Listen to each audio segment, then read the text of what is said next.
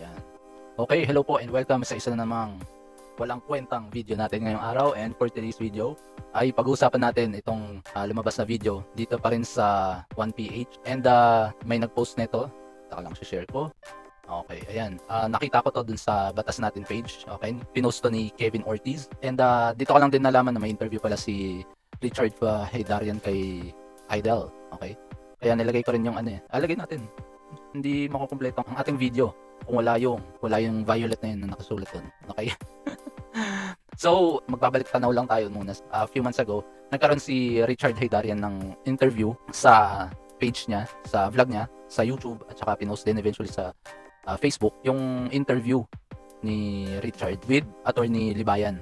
Okay? So, nung nakita ko to kahapon, medyo interesting na in-interview naman ni Richard Heydarian si Idol Raffy Tulfo. Okay? Nahahawa ako ni Vince World na ano ba yan? Yung mga cyber, libel. Mga ganun. Si Senator Idol Raffy Tulfo. Okay. At yun nga, basahin natin nitong post ni Sir Kevin, ang ating kabatas member. At dahil hindi ako matiis, I felt the urge to call out Richard Heydarian.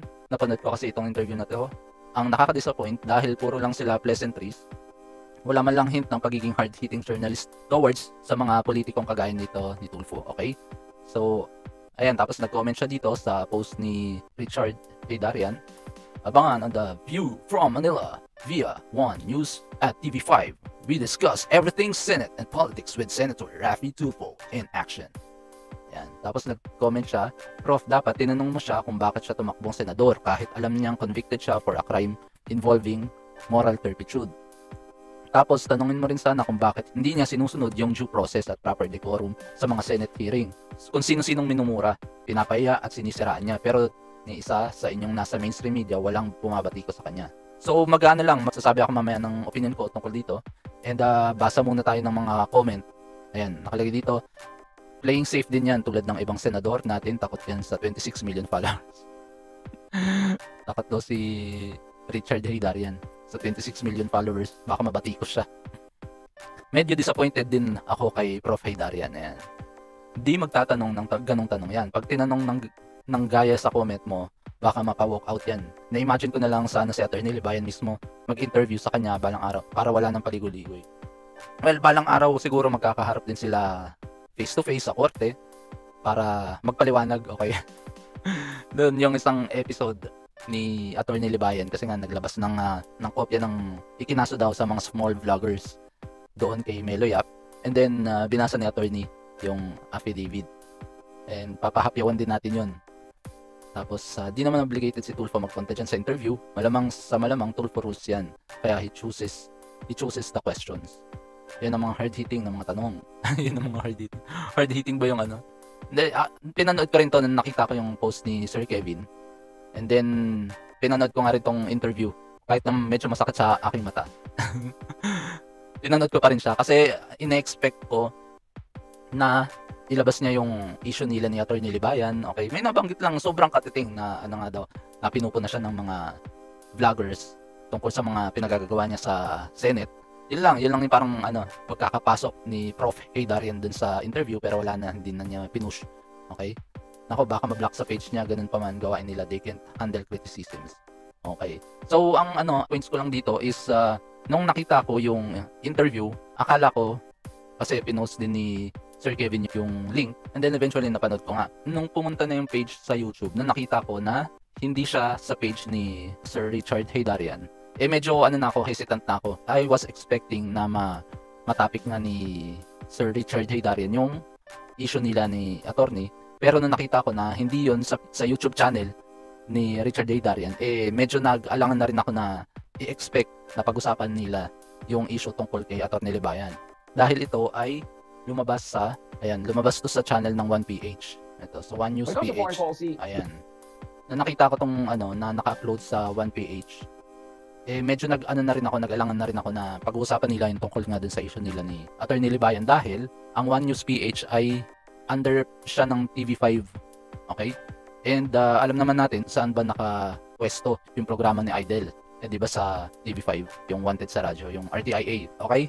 And then, naisip ko rin na itong programang to ay programa ni Richard Haydarian sa One News PH. Hindi to yung YouTube channel niya. Kasi si Attorney Freddy Libayan, hindi, joke lang. Si Attorney batas natin, Attorney Libayan, ay na-interview sa mismong YouTube channel nga ni Richard Haydarian, kung saan doon siya nagtanong ng mga interesting question. Yung sarili niyang na pwede niyang mabanggit, na pwede niyang itanong, direct to the point. So dito, sa tingin ko medyo pabor yung mga question niya kay Tulfo. Okay? Medyo hindi nga nag-push ng ng mga tanong yung mga para mga critical na pwedeng itanong. Yung nga lang, yung tinanong ni Haydarian si Tulfo tungkol dun sa sagutan nila ni Villar Medyo sabi niya ayaw niya ng sagutin and ilabas yung isyong na yun dahil okay na sila ni Senator Villar. Yung kasi dalawa yung Villar sa sa Senate. Si Cynthia Villar, okay yun, naalala ko na. Kasi yung isa tahimik yung anak tahimik lang. Okay. Medyo nung sa una pa lang medyo na-expect ko na hindi maglalabas ng issue tungkol kay Attorney Libayan. And sa kasawiang palad nga walang natakil. Nabanggit lang dito na may mga vloggers na pinupuna siya and that's it. Hanggang doon lang yun. Yan, pinanood ko to 42 almost 43 minutes din tong interview na to. And then just like usual interview sa mga CNN noon, medyo papuri sa'yo. Mga ganun. Yung mga ganun kasi medyo sa tingin ko lang parang ipinasok din dito ni Richard Haydarian na may karapatan pa rin ang Senado sa foreign policy ng executive branch ng gobyerno. Hindi porket magkakahiwalay na branch kayo, yung Senate ay nasa legislative at ang presidente at ibang sangay ng ahensya ay nasa executive, wala nang pakialam yung Senado sa mga gawain ng executive. Okay? Parang may check and balance din sila. Tapos ipinasok ni Richard Haydarian nga na para makagawa ng foreign policy ang executive ay kailangan makapasa sa Senado. Parang ganoon, okay? So parang may power pa rin ang Senado sa executive. Parang ganun yung pinapalabas niya. Okay? Kaya si Tulfo, isang senador, isang idol, isang legislator, ay may mga say sa mga ahensya ng gobyerno. Okay? And then yun, panoorin niyo na lang din tong video na to na medyo para lang maipasok na may power si Tulfo sa mga ahensya ng gobyerno is ipinasok niya yung power ng Senado pagdating sa foreign policy. Okay? And sa tingin ko, basta ang dami ring palyadong sagot din si Tulfo. Sigurado i-feature to ni attorney. Okay? So, ito naman video kayo 1 week from now. Imagine niyo na lang natakal natin ni attorney and napag-usapan na. And siguro babalikan ko rin to yung mga issue na nilabas ni Richard Haydarian katulad ng sabi niya kaya kumbaga parang tumutulong siya sa mga problema na ma-solve ngayon na nasa Senado na siya, inilalapit niya sa mga iba't ibang ahensya. Well, in fact, siguro, para sa akin dapat hindi ang Senado yung tamang posisyon para kung gusto mo man ma-solve. Tumakbo ka ng pagka-presidente para ikaw mismo yung may hawak ng mga bawat ahensya kung may mga problema man. Hindi yung kaya ka tumakbo ng pagka-senador para mas may power ka na mailapit sa mga ahensya yung mga problemang nilalapit sa iyo sa RTIA. Well, in fact, ang majority ng trabaho mo ay gumawa ng batas. Legislator nga Hindi naman ikaw may hawak ng ng mga ahensya ng gobyerno para ilapit mo yan at solusyonan mo yan Parehas lang ng ginagawa mo sa RTIA. Kahit na nandiyan ka na sa Senado, sa tingin ko, parehas pa rin ng sistema yung ginagawa ni Tulfo na refer lang ng refer. Kasi parang sinasabi niya, ngayon na nandito na ako sa Senado, may kapangyarihan na akong solusyonan yung mga nirereklamo sa akin. Well, in fact, para masolusyonan yung mga problema ng mga nilalapit sa akin sa pamamagitan ng Senado, ng mga Senate hearing, ganyan-ganyan. Well, in fact, pag nasa Senate hearing na, itatawagin niya yung mga ahensya and then, i-refer niya lang yung problema kasi hindi naman niya, o i-refer niya lang din sa, sa mga korte, sa mga ganyan. Kaya, hindi rin sila natulungan. Ano na ba nangyari sa mga Senate hearing, yung sa landmark case, o yung kay Jovelyn Calieno, yung mga tungkol sa asin. Ano ba nangyari sa mga hearing na yun? Wala. Ni-refer lang niya yung problemang yun sa mga ahensya ng gobyerno na wala naman din siyang nagawa. Nagngangakak lang siya dun sa Senate hearing. Nagsisisigaw lang siya, nagmumumura lang siya. Well, in fact, hindi naman sila yung husgado na para maghusga dun sa mga inirereklamo niya sa Senado. And bandang uli, ipapasa niya rin yan sa korte. Ayun kiss-asan Kaya medyo limited din yung mga questionnaires ni Richard Haydarian. Yung simpleng nga lang tanong niya tungkol kay Cynthia Villar, hindi niya masagot dahil okay na nga daw sila ni Cynthia Villar. So, he preferred not to comment on that issue.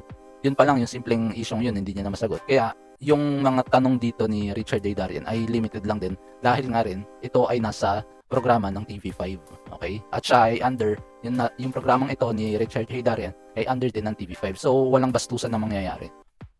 I-expect ko sana kung ito yung nangyari sa channel ni Richard A. Darian, YouTube channel ni Richard A. Darian. Tapos interview niya si Idol Rafi. Tapos doon siya magre-raise ng mga interesting na topic o issue nila ni Atty. Libayan.